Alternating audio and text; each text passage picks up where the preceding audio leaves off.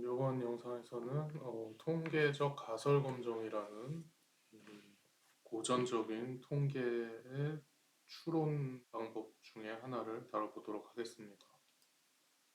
그래서 지난 시간에는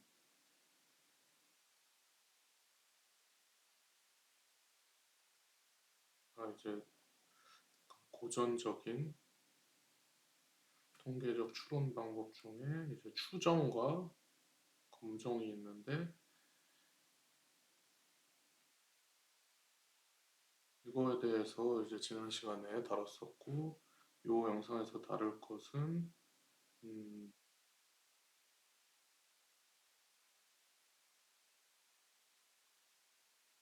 하이포테시스 테스팅. 그러니까 하이포테시스라는 게 이제 가설이라는 거고, 테스팅이라는 게 검정을 한다는 거고요. 그래서 그냥 뭐 가설 검정이라고도 하고 아니면 뭐 그냥 검정이라고도 해도 돼요.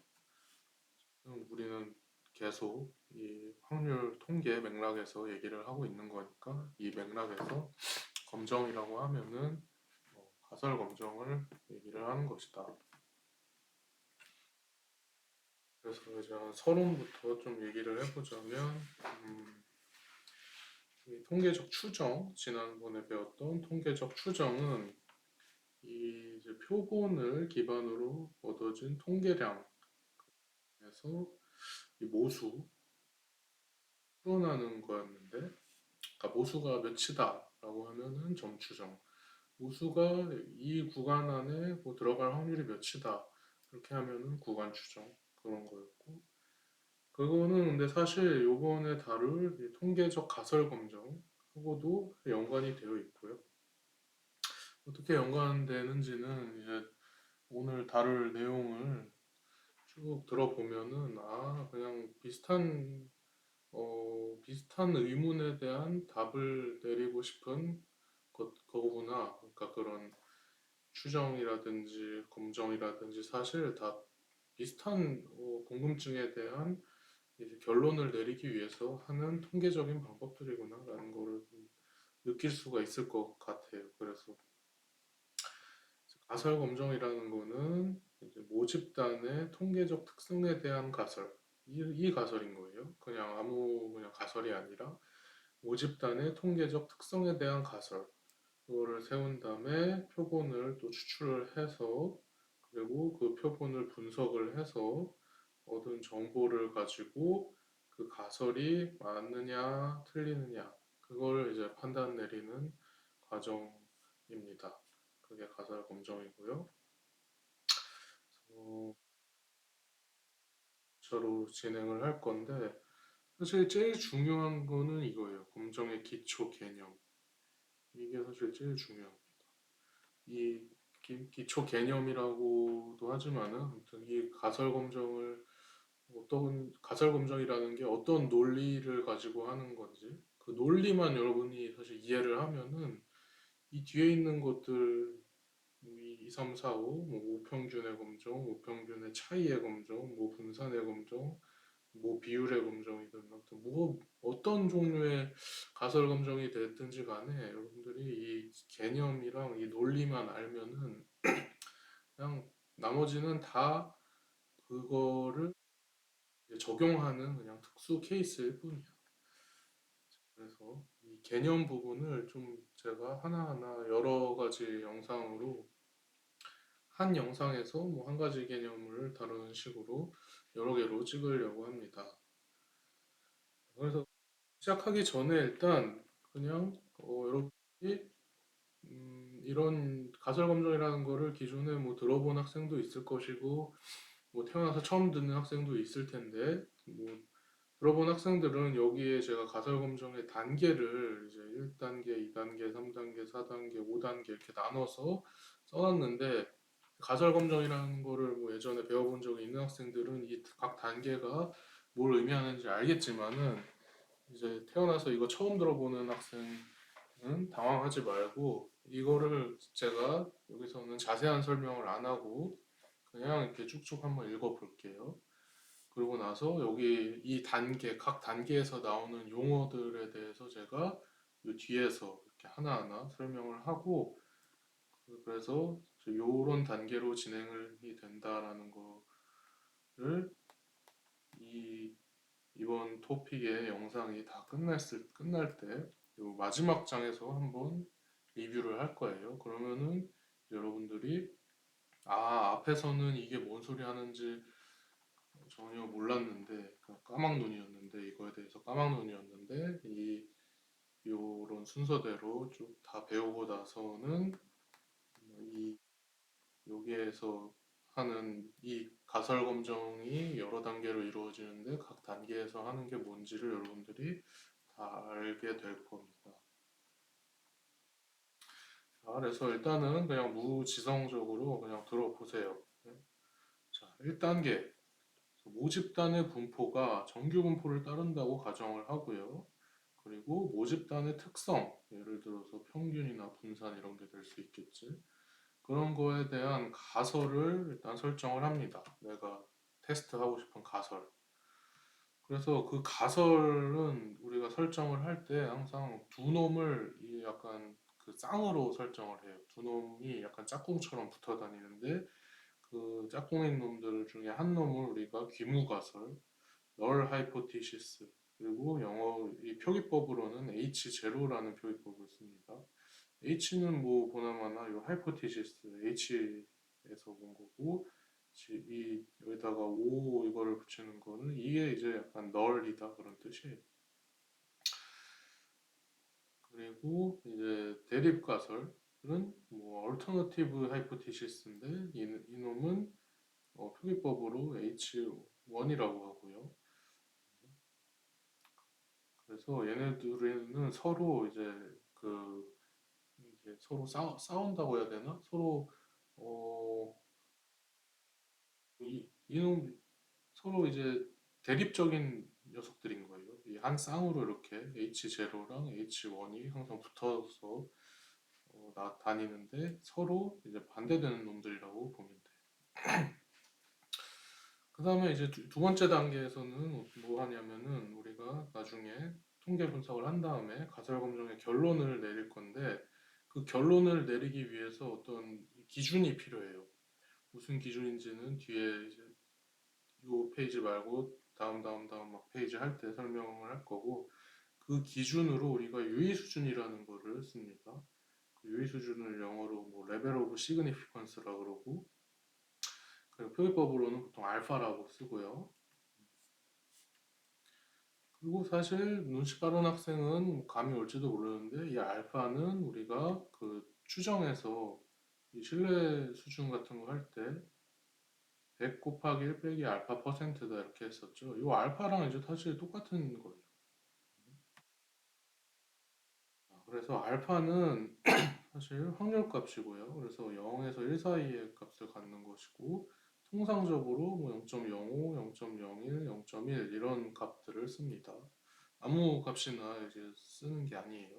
그러니까 아무 값이나 써도 비슷한 논리를 적용할 수 있는데 우리 사람들이 표준적으로 많이 쓰는 게 이런 것들이다. 그리고 우리가 내리는 결론의 종류는 둘 중에 하나입니다. 그래서 이 귀무가설 H0를 기각한다 또는 H0를 기각하지 않는다 이런 식으로 결론을 내립니다. 이거 아니면 이거 하는 거예요.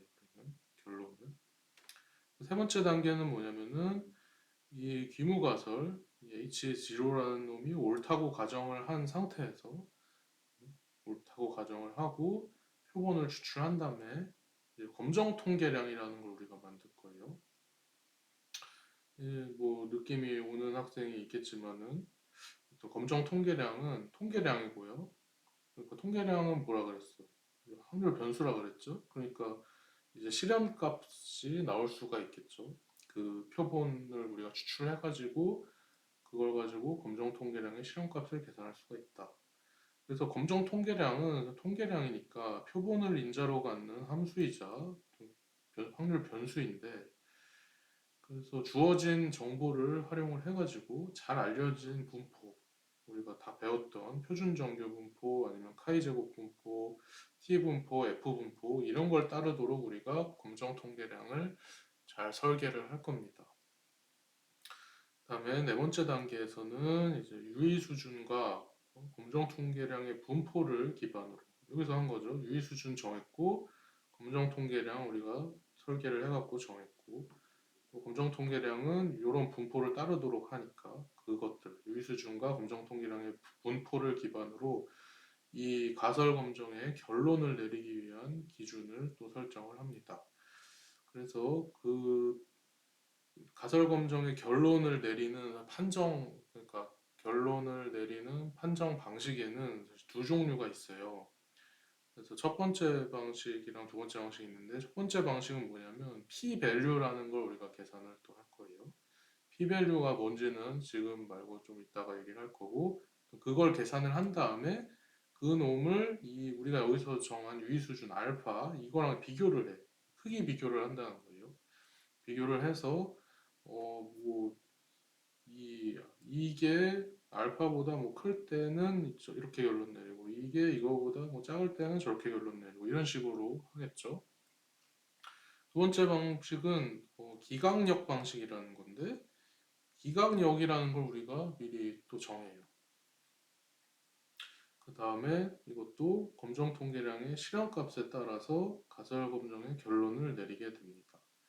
그래서 첫 번째 방식은 p-value 방식, 두 번째 방식은 기각력 방식이다. 이 정도만 여러분들이 지금 알면 되고, 그리고 5단계에서 이제 그래서 이건 각 방식마다 결론을 어떻게 내리냐, 여기에 이제 방식마다 제가 써놨어요.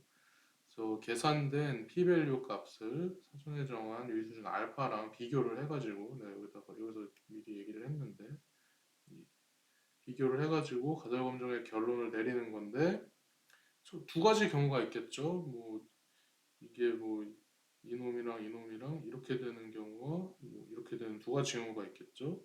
그래서 이렇게 되는 경우 알파가 더 그랑 비교해서 알파가 더 크면은 그때는 H0 여기에 있었던 기무가설이라는 놈을 우리가 기각을 하고 그 반대의 경우에는 기각을 하지 않는다.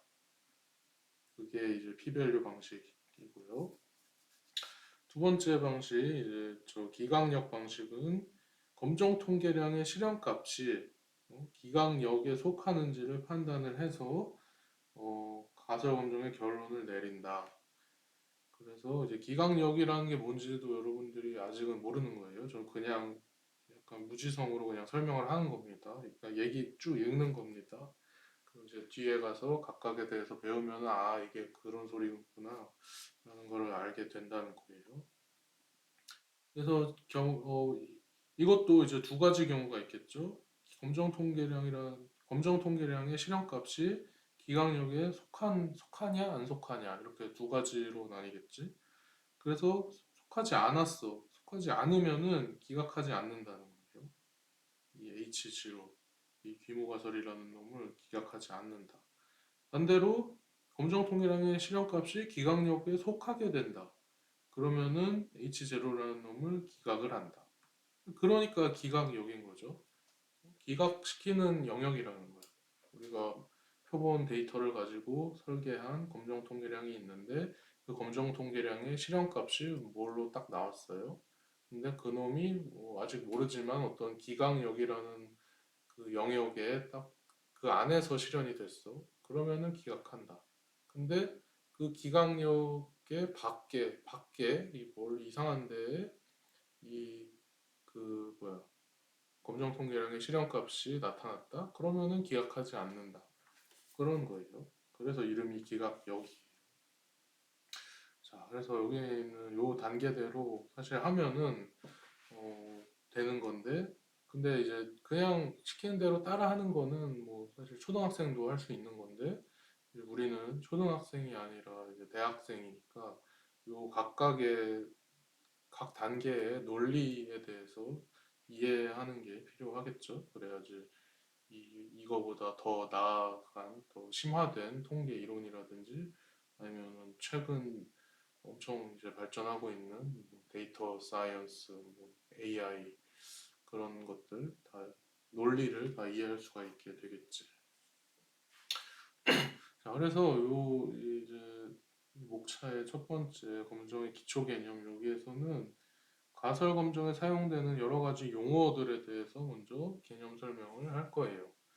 그래서 일단 기무가설과 대립가설 여기서 얘기했던 거죠. 요거에 가까운 문제. 그 양측 검정과 단측 검정이라는 게 있는데 이거 뭔지도 얘기를 하고 검정 통계량과 그 분포에 대해서 얘기를 또 하고 또 유의 수준, p-밸류, 기강력 이 세 가지 용어에 대해서 또 설명을 자세히 하고 그리고 가설 검정을 할 때 우리가 저지를 수 있는 오류의 두 가지 종류가 있어요. 그래서 1종 오류, 2종 오류라고 하는데 각각이 뭘 의미하는지 설명을 하겠습니다. 그래서 먼저 이제 기무가설과 대립가설에 대해서 얘기를 하자면은 이거는 뭐 별것도 아니에요. 그냥 이런 말이 좀 뭐 한자어를 써가지고 여러분들이 조금 익숙치 않을 수 있는데 별것도 진짜 아닙니다. 그래서 일단 가설이라는 말이 뭐냐? 여기서 말하는 통계 맥락이니까 여기서 말하는 가설은 모집단의 특성, 특히 모수라고 하면은 이제 평균, 분산, 이제 진짜 참 트루 모수인 거예요. 참 트루 분산, 진짜 평균 이런 것들. 그러니까 표본 평균이나 표본 분산 이거는 이제 그 참이 아닐 수가 있는 아닌 애들인 거죠. 걔네들은 이제 진짜 평균이나 진짜 분산의 그 점 추정량들이었을 뿐이다. 근데 이 가설이라는 놈은 모집단의 특성에 대한 주장이나 가정이다. 그래서 이제 귀무가설 널 하이포테시스 H0와 대립가설 H1이 있다 그랬는데 일단 우리가 모집단의 어떤 모수를 하나의 값으로 표현을 하는데 이 값은요 검정 과정을 통해서 기각되기 전에는 검정을 해가지고 결국에는 이 기각을 한다, 기각을 하지 않는다 이렇게 둘 중에 하나 한다 그랬잖아요. 그래서 기각될 수도 있고 사실 안 될 수도 있는데 그런 결론을 딱 내기 전까지는 어, 이, 여기 이 귀무가설에서 표현한 모집단의 모수 그 값을 그 해당 모수의 참값으로 간주를 한다는 거예요. 그래서 어떤 모수가 어떤 값 세타 제로를 갖는다는 기무가설은 이런 식으로 씁니다. 이런 식으로 쓰는 거예요. 이게 기무가설인데 무슨 기무가설이냐? 우리가 궁금해하는 모수 세타가 세타 제로다라는 그런 기무가설인 거예요. 그래서 이제 얘는 사실 우리가 진짜 궁금한 거 이거에 대해서 우리가 가설을 세우는 거예요. 진짜 궁금한 거 이건 뭘까? 이게 궁금한 거고 그거에 대해서 귀무가설은 야, 그거는 이거야 라고 딱 가정을 하는 거죠. 그런 게 귀무가설이다. 대립가설은 뭐냐면은 귀무가설에서 제시한 모수의 값을 제외한 나머지 영역에서 모수의 값을 정의를 해요. 그래가지고 지금 뭐 눈치 빠른 학생들은 또 알겠지만은 이 귀무가설은 항상 이런 식으로 그 선언이 돼. 우리가 궁금해하는 어떤 모수 세타가 이거다. 세타 어떤 값 세타 제로다. 이렇게 가정을 하는 거예요. 그러면은 대립가설은 사실 여러 가지가 될 수가 있는데 어떻게 되냐면 이렇게 될 수 있다 이거예요. 그래서 첫 번째 거는 이런 식으로 내 대립가설은 얘랑 얘랑 다르기만 하면 돼. 다르다 하는 게 대립가설인 거고 그리고 또 다른 형태의 대립가설로는 이거 다르긴 다른데 어떻게 다르냐? 진짜 참트루 모수가 우리가 가정한 그 세타 제로라는 가정값보다 크다라는 그렇게 또 세울 수 있겠죠. 대립적인 가설, 요 놈의 대립적인 가설. 반대로 그놈이 얘보다 이게 얘보다 작다. 반대로 이렇게 할 수도 있을 거고요. 그래서 대립가설로는 사실 이렇게 세 가지를 우리가 생각할 수가 있어요. 이런 게 이제 그 귀무가설과 이 대립가설의 정의입니다. 귀무가설과 대립가설의 개념, 의미.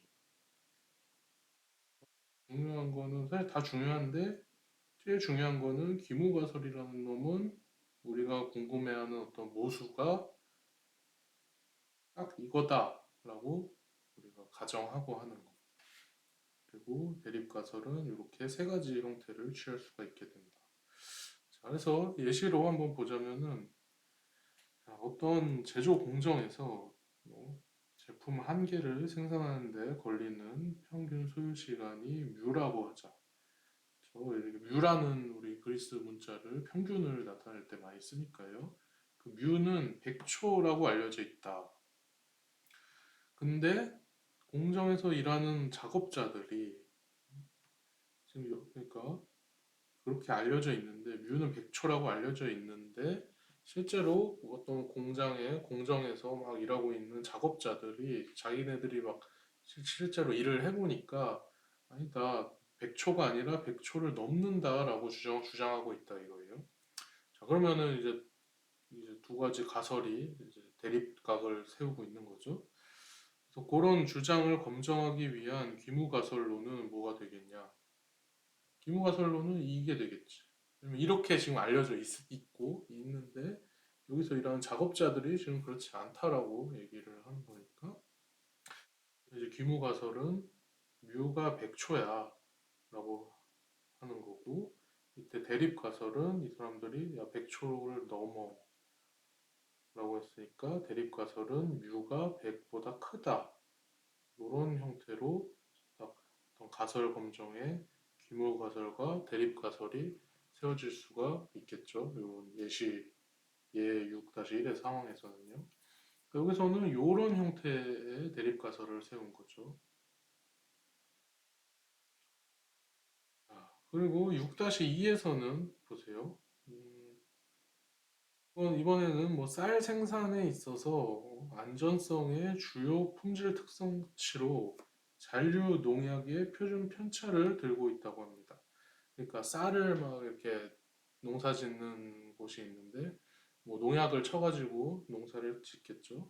근데 그 놈이 이제 안전한 쌀이냐 아니면은 좀 어, 먹으면 위험해지는 안 좋은 쌀이냐 그런 어떤 특성치로 농약이 얼마나 남아 있는지에 대한 표준 편차를 들고 있다 이거예요. 그래서 남아 있는 농약의 표준 편차를 좀 줄이고 싶어서 그 쌀의 생산 공정을 개선을 했다. 그러니까 이제 쌀이라는 게 농사만 짓고 끝나는 게 아니라 농사 지은 다음에 걔네들을 막 이렇게 수확을 해가지고 막 탈곡기 이런 걸로 막 탈탈탈탈 막 벗겨내고 뭐 씻기도 하고 그럴 거잖아요. 그런 생산 공정이 있는데 개선했다 이거예요.